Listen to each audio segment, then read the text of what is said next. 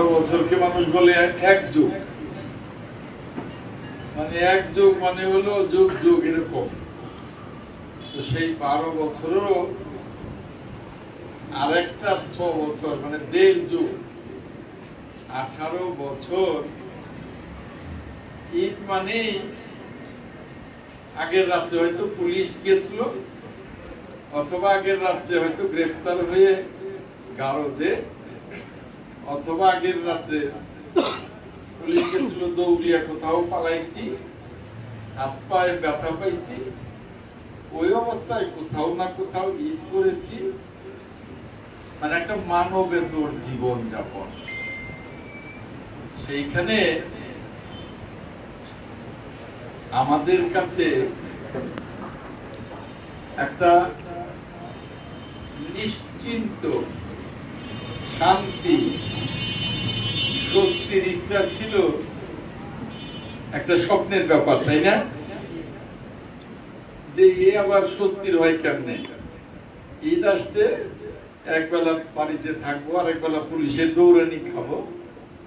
মানে জীবনটা যেন এমন যে একটা আতঙ্ক বিরাজ করত সর্বদা। 18টা বছর এরকম আতঙ্কিত থাকলে স্বস্তি কারে কয়, মানুষ তো ভুলেই যায়, এরকম না?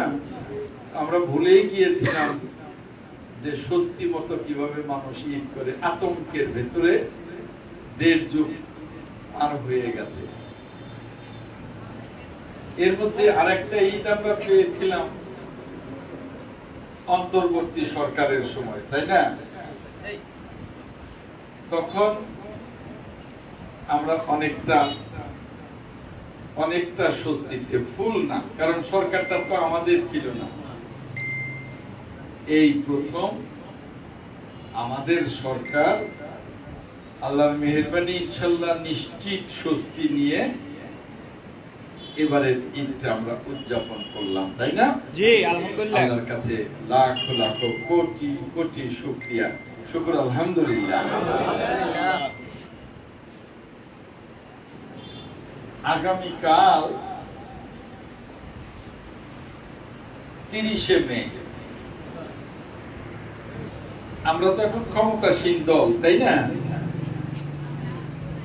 এই ক্ষমতাসীন দলের প্রতিষ্ঠাতা কে? শহীদ রাষ্ট্রপতি জিয়াউর রহমান, তাই না? আগামীকাল 30শে মে সেই